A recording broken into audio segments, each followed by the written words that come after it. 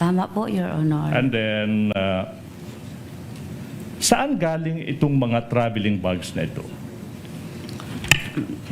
Yung naimungkahi ko po yun kay Ma'am BP Sara at saka kay Asik Ortonio.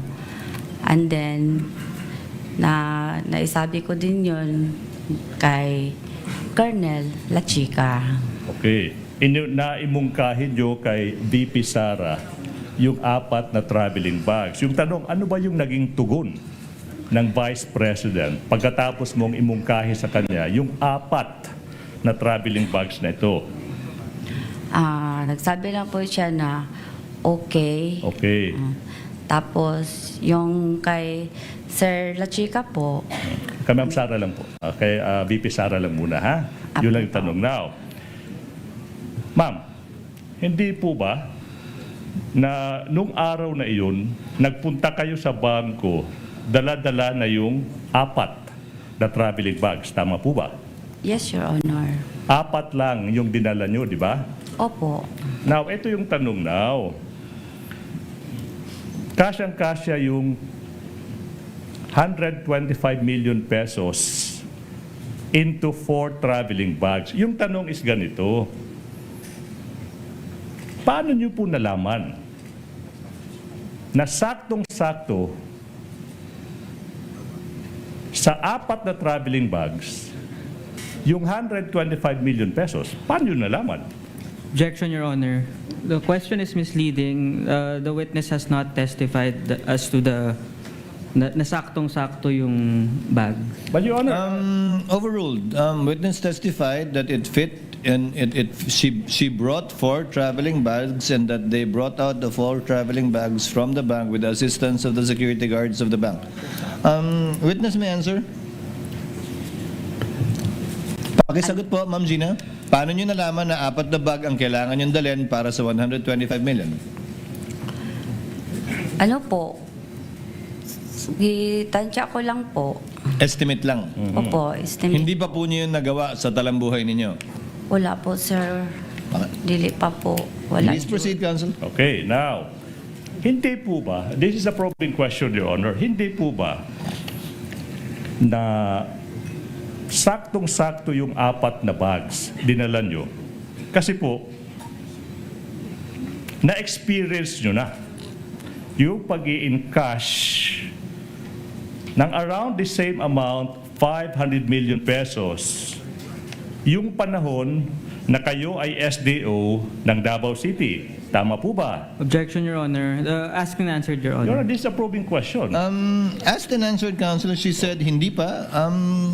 Try to elicit a contrary answer from her We will, another Your way. Honor. We will, Your Honor. Now, Madam Witness, hindi po ba na para sa taong 2019, okay, 2019, ma'am, ha? Yung Davao City, under sa pamumuno ng Mayor at that time, Sara Duterte, in 2019, ma'am, binigyan din ng 460 million pesos in confidential funds yung Davao City. Now, before you answer that, I'm showing you an infographic, okay, of the yearly confidential funds allocated to Davao City from 2016 to 2022. Now, ito yung tanong now. Hindi po ba in 2019, yung allocated na confidential funds para sa Davao City is 460 million pesos? Naaalala niyo po ba yan? Hindi ko maalala, Your Honor. For 2020, 460 million pesos din yung na-allocate to Davao City as confidential funds. Naaalala niyo po ba yan? Hindi ko maalala, Your Honor. Okay. Kasi hindi po ganyan ang aking na-withdraw as SDO po sa Davao City. Alright. Ma'am, so yung tanong, hindi yung how much yung na-withdraw nyo. Yung tanong is, how much yung na-allocate. Hindi ko maalala, Your Alright, Honor. sige. For 2021, hindi mo rin maalala na yung na-allocate na amount as confidential funds sa Davao City is 460 million pesos. Hindi mo rin maalala yan, ma'am? Di ko na maalala, Your Honor. Dugay na, tagal na makasi yun, Your Honor. Alright. Tapos may edad na po ako, Your Honor. Anyways, okay, that is your answer. For 2022, so ma'am, sinasabi nyo, okay, what about for 2022? Before you transfer to the OVP, okay, yung Davao City nabigyan din ng 460 million pesos in confidential funds, 2022. Hindi nyo rin maalala yan. Hindi ko maalala, Yes, Your ma'am. Honor, kung ilan, ay, mao ba na o yan ba ang confidential fund, Your Honor? Is it because, sabi mo, sa edad nyo, hindi nyo na maalala, ma'am? Di po ba? Contributor po ang edad ko, Your Honor, at saka dugay na po na, Your Honor. Okay, now. Matagal na, Your Honor. By Dugay, the witness said matagal na. 2022, 4 na taon pa lang yung nakalipas. No, I'm not yet done. I'm not yet done. Kindly let the council finish. This is a probing question. And you are telling this public, ma'am, hindi nyo na maalala yung amount na binigay sa OVP na nangyari lang 4 na taon pa lang. Objection, Your Honor. That's a full Ask and question. answered and argumentative, Your Honor. He's trying to impeach, I believe, the witness with Yes. respect to the earlier answer that she gave, which she can do, counsel, given that she has been declared by the court as a hostile witness. Witness may answer. Objection overruled. Hindi nyo maalala, ma'am, 2022? Ano po yun, sir? Yung I'm confused. Confused.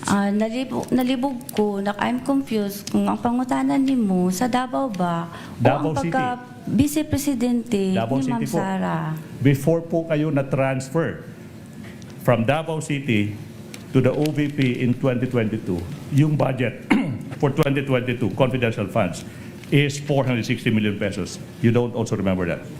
Dili ko kaya numdum, sir. You don't remember that. All in all, from 2019, 2022, a simple math will tell us 1,840,000 pesos. Almost 2 billion confidential funds sa Davao City binigay. Hindi nyo rin maalala yung total na yan. Tama po ba? Di ko maalala, Your Honor. Okay. Now,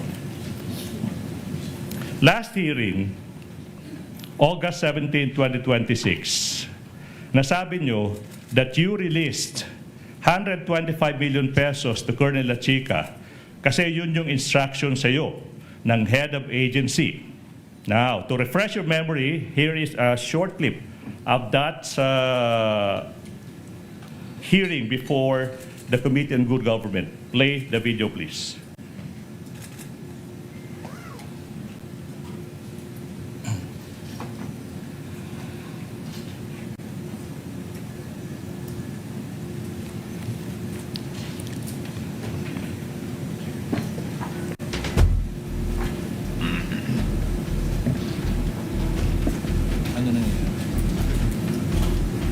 You were able to check if the items and the amounts provided in the object of expenditure total to 125 million. You checked that?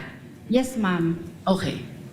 Tanong, Ms. Acosta, what gave you the confidence? Ano ang nagbigay sa inyo ng lakas ng loob na ibigay ang buong 125 million kay Colonel La Chica, considering that he is not the accountable officer, because it is you who is the accountable officer.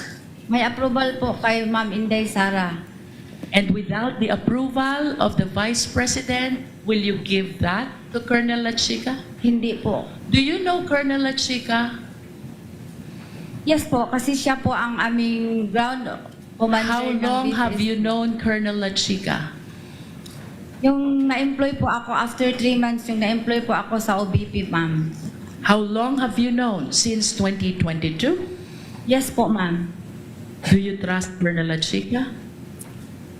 I trust La Chica. I trust Sir La Chica kasi Ginatrust po siya ng aking head of office na si In other Inday Sara. words, the only reason why you're giving your trust to Colonel Lachica is because of the instruction of the Vice President. Yes, Tama po ba? ma'am. Yes, ma'am. Without the instruction of the Vice President, you will never give the entire amount of 125 million to Colonel Lachica. Yes, ma'am. And do you realize also, Ms. Okay? Now, Madam Witness, I'm showing you now a portion of the Joint Circular 6.1.1. Show the circular, please. And you will be aided, if you may, with a copy of the TSN through the assistance of, of the Joint Circular through Attorney J. Now, hindi po ba, ma'am, nakasulat sa 6.1.1 ng Joint Circular 1215-01, sinasabi dyan, under no circumstance shall, referring to confidential funds, it be used for liquidation of the previous cash advance, o ito, or be transferred from one accountable officer to another. It's there. Tama po ba? Sandali lang, sir. Tanaw pa na ako ang page. Opo. Page 12. Second sentence po ng 6.1.1. Ulitin ko. Under no circumstance shall confidential funds in particular be used or be transferred from one accountable, wala dyan, it refers to officer to another. Alam nyo itong provision na ito, tama po ba? Alam ko po. Alam nyo yan. Okay? Now, despite knowing that, you still binigay mo pa rin sa isang security officer yung pera despite knowing 6.1.1. Tama po ba? Gidisburse po dako sa security officer, Your Honor. This is the first time we're hearing that. Now,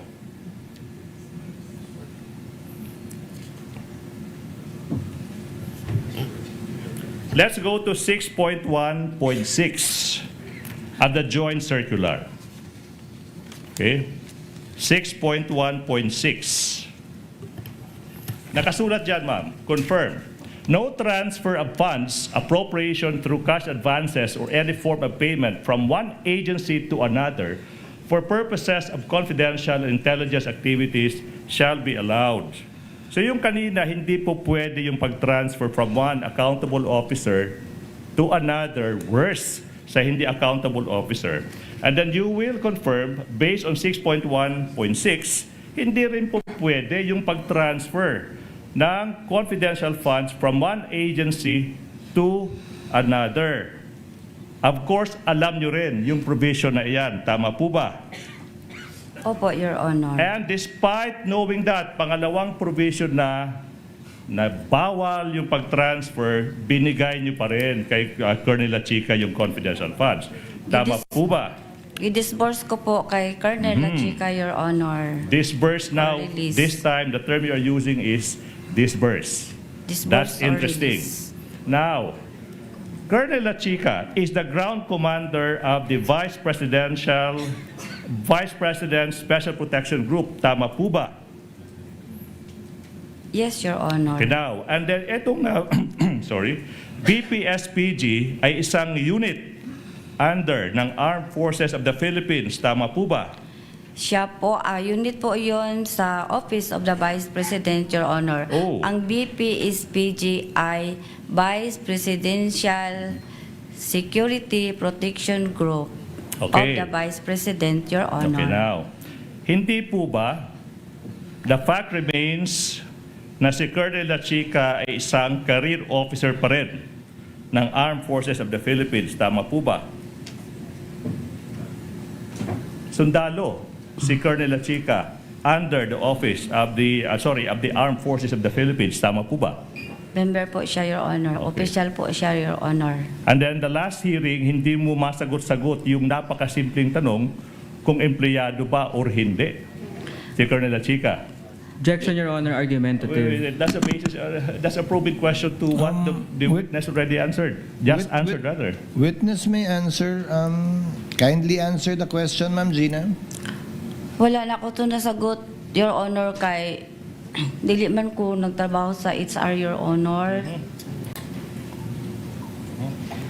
Anyways, okay, thank you. Now, Madam Witness, hindi po ba, as the Special Disbursing Officer, SDO, kayo po ay, you posted yung tinatawag na fidelity bond with the Bureau of Treasury. Tama po ba, Ms. Acosta? Tama po, Your Honor. At hindi rin po ba, naalala nyo, that you admitted na kailangan kailangan kayong mag-post ng bond dahil posibleng mawala nyo ang pagkalaki-laking pera. Tama po ba? To aid your memory, we will show you transcript of stenographic notes of that 2024 November 25 hearing before the Committee on Good Government of the House of Representatives. Show the TSN, please.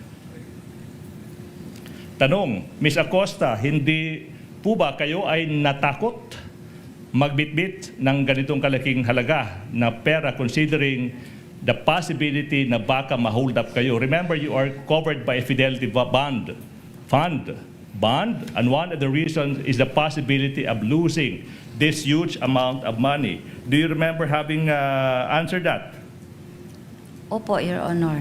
You will agree na yung rason ba't kailangan mag-post ng fidelity bond yung isang accountable officer like you para maprotektahan yung pera ng bayan. Ibig sabihin, kung mawala yung pera, at least, may bond na po pwedeng makarecover yung bansa. Tanong, si Colonel Lachica ba nag-post ng fidelity bond or hindi mo rin maalala? Ano, sir? Okay, I will repeat the question. Sinabi natin yung rason ba kailangan ng fidelity bond para maprotektahan yung pera pinaghirapan ng taong bayan. Tanong, si Colonel Lachica ba na pinagbigyan mo ng 125 million pesos plus 375 million pesos or a whopping total of 500 million pesos? Tanong ng bayan, Gina Acosta, si Colonel Lachica ba ay nakapag-post ng fidelity bond? Objection, Your Honor. Oh, what's the objection? Misleading, Your Honor. I believe the witness has only testified as regards to 125 million. Okay. But there's no testimony yet as regards the amount mentioned by the counsel for the prosecution, Your Honor. I will. Can I respond to that, Your Honor, please? I do Kindly remember, respond, Attorney Ligutan. He has a point. I do remember. Okay. I do remember this witness testifying. That's the same thing they did for the 3 quarters of 2023. I do remember that. And the question is quite simple. Tama ba yung tanong, Attorney Ligutan? Sa pagkakaalam niyo po, may bond po ba? May fidelity bond po ba? Si Colonel Lachica, tulad niyo, na SDO. Bonded po ba siya, ma'am? Si security officer na si Colonel Lachica, na siya amo ang commanding officer sa BPSPG, dili po siya banded, Your Honor. Pero ang accountable pa rin, Your Honor, ako gihapon, Your Honor. I am still the accountable person, Your Honor. That's why po, Your Honor, ako po ang gumawa ng liquidation, Your Honor. That is correct, ma'am. All You right. have said that. Yeah. Attorney Ligutan, your witness. Now, hindi po ba, ma'am, na para sa 3 quarters ng 2023, this is, I'll break the question down. You also gave 125 billion pesos para sa first quarter ng 2023 kay Colonel Lachica. Di po ba? Nag-release po ako, Your Honor. To Lachica. Opo, Your Honor. For the second quarter, 125 million pesos to Colonel Lachica din. Unbundled si Lachica. you gave 125 million pesos to Colonel Chica. Tama po ba? Tama po, Your Honor. Kay Tama. siya po ang amuang security officer nga gitalaga ni Vice President Sara Duterte para mag-implement anang mga confidential activities, Your Honor. Alright, Kay now. siya man ang naay access, Your Honor. Yes, ma'am. Yes, ma'am. And for the third quarter of 2023, another 125 million pesos in cold cash to Colonel Chica. Tama po ba?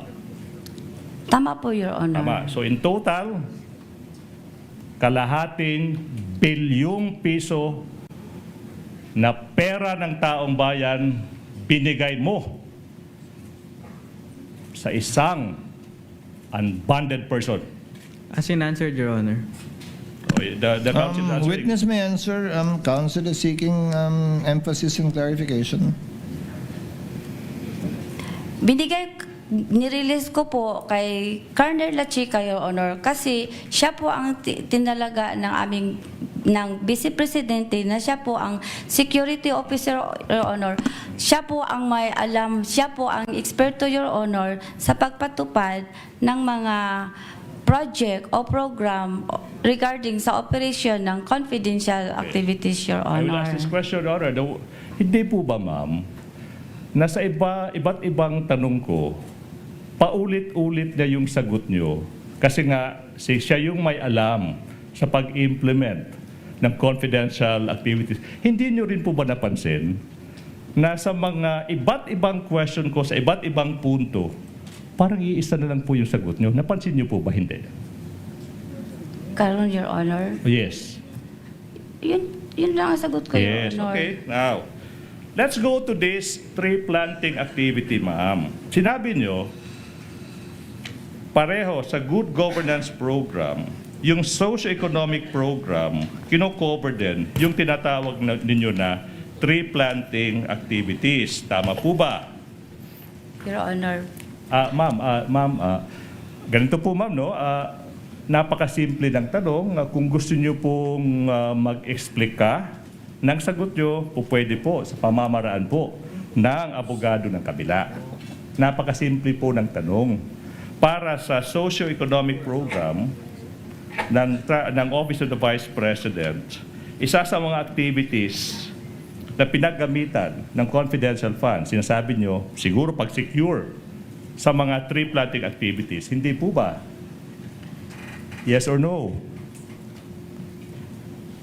Ang tree planting po ay kasali po sa pinaggastusan ng confidential fund. Before po gawin ang tree planting, ang aming security officer, Your Honor, mag-conduct po sila ng surveillance, Your Honor. Yes, Kung ma'am. safe ba. Yes, ma'am. Tama po. Kanang action, Your Honor, part na sa Okay. confidential fund, Your So Honor. sinasabi nyo, importante yung confidential funds para masigurado yung security ng Vice President. Tama po ba? Masigurado nga safe pag-implement, Your Yes, Honor, ma'am. ang programa o ang mga tao nga mo plant dito sa area, Yes, sa ma'am. mga trees. Yes, ma'am. Now, hindi po ba noong Agosto o August 13, ilang araw pa lang, yung nakakaraan, 2026, yung Vice President nag-tree planting activity in Masibay Integrated School in Nunungan, Lanao del Norte, as can be shown in these news reports. Tanong, 2026. Ito yung tanong now. May confidential funds ba yung Office of the Vice President sa taong ito, 2026? Wala po, Your Okay, Honor. wala. And despite that, despite the absence of confidential funds, nakapag-tree planting with God's blessing, nakapag-tree planting yung Vice President, nagligtas ng walang untoward incident. Tama po ba? Irrelevant, Your Honor. That's very much relevant, Your Honor. If I may, I can explain that. It's part of the liquidation report of the confidential funds, Counsel. Why is it irrelevant? This is for 2026, Your Honor. The question pertains to an activity in 2026, Your Honor, which is not covered by the articles of impeachment, Your Honor. This is 2026, Counsel? Yes, Your Honor. 2026, the point is, there was no confidential funds allocated and the Vice President was able to conduct one. Sinasabi ng, if I may, Your Honor. I get your point, Counsel. Yeah. I think Counsel was able to explain, Attorney Linden. Yes, witness may answer.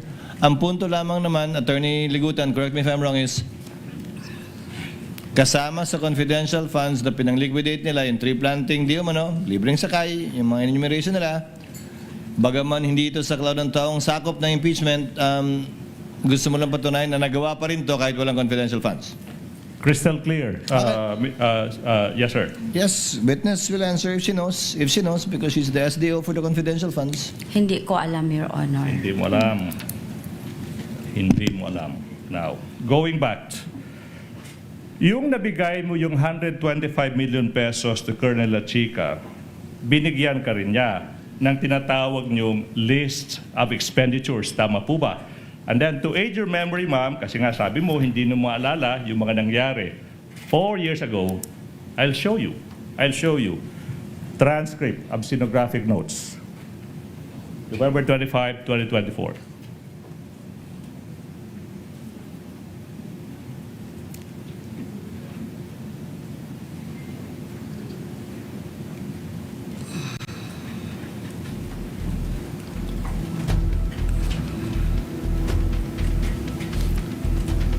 Or even before okay.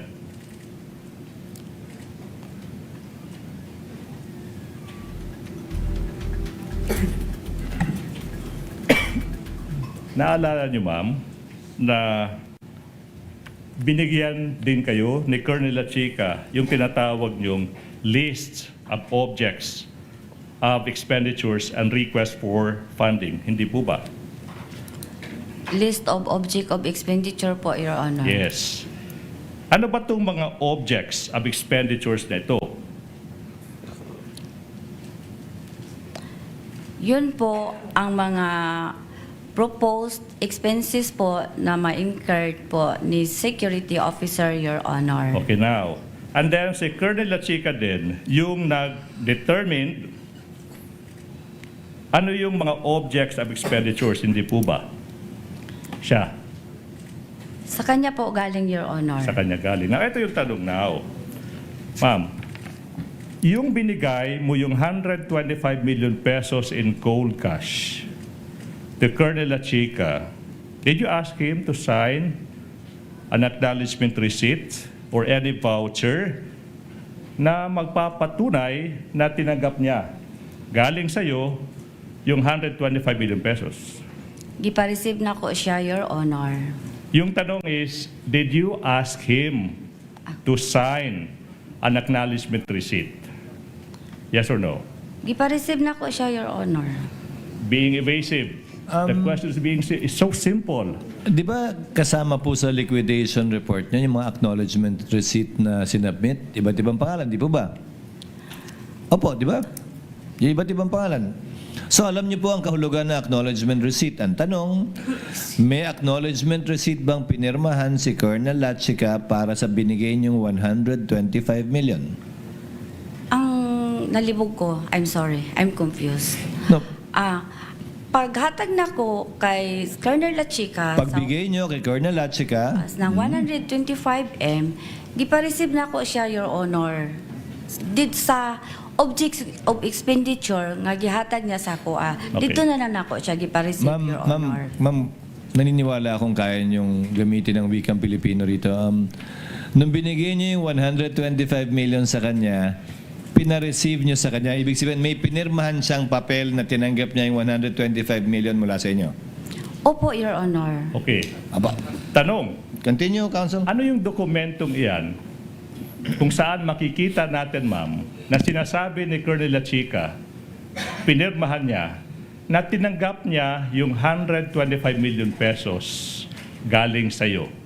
Internal document namin niya, Your Honor. Doon po sa object of expenditures. Okay, ma'am. Doon ko siya pinareceive, Your Honor. Okay, now, ano yung nakasulat sa object of expenditure na yan na magpapatunay sa sinasabi mo ngayon na tinanggap ni Colonel La Chica yung 125 million pesos galing sa iyo?